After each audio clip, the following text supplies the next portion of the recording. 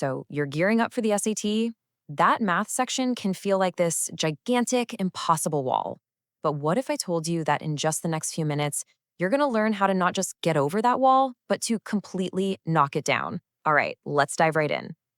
30 days. That's the magic number, isn't it?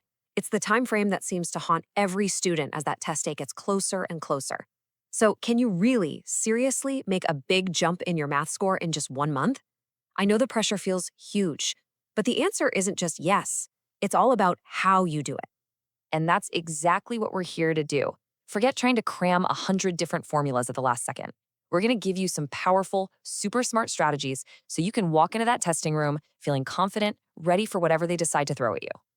I want you to think of the SAT math section like a game. And, to win any game, you have to know what you're up against.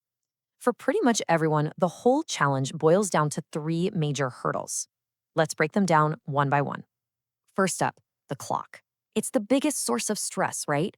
You've got all these questions staring back at you, and that timer is just ticking, ticking, ticking down. It makes you rush, and then you make these silly little mistakes on problems you totally know how to solve. It's the worst feeling. And then you run into these crazy word problems. Honestly, half the time it feels more like you're taking a reading test than a math test.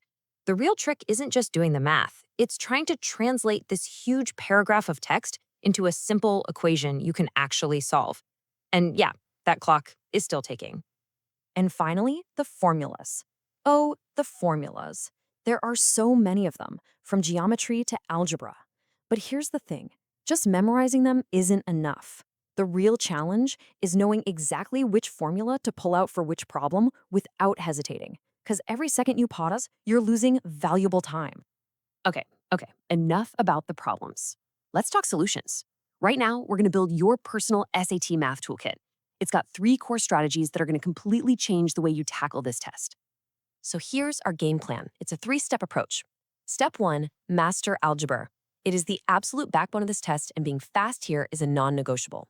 Step 2, learn the shortcuts. These are especially clutch for geometry problems and can help you find the answer way, way faster. And third, something I call smart practice. So what in the world is smart practice? Look, it is not about doing thousands of random problems until your brain goes numb. It's all about strategy. It means you have to figure out the specific question types that always gets you, and then you focus all of your energy right there.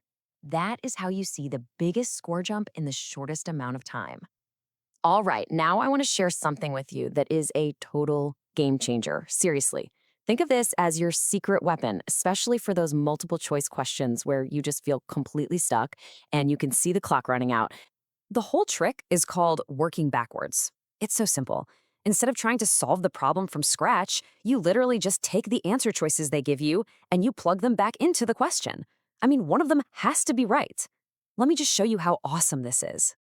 Okay, let's look at a super simple, classic SAT style problem. If 2x plus 5 equals 11, what is x?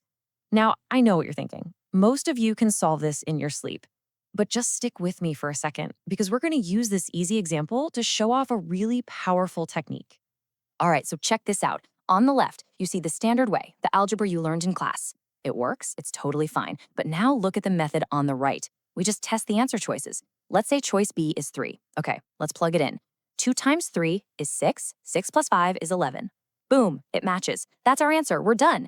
For a simple problem, it's fast. But for a really complicated one, this trick can save you a ton of time and keep you from making a simple mistake. So, you can see how just one powerful strategy can make a huge difference, right? So the question is, how do we put everything we've talked about together into a plan that's actually going to work? It's not about some magic trick. It's about building a solid, consistent approach. At the end of the day, this right here is the winning formula. Success isn't just about how many hours you study. It's about practicing the right things, your weaknesses, and using the right strategies, like working backwards, to solve problems like a pro. That combination, that's what gets you a higher score. So let's do a quick recap. What are the key takeaways? First, you've got to build that rock-solid foundation in algebra.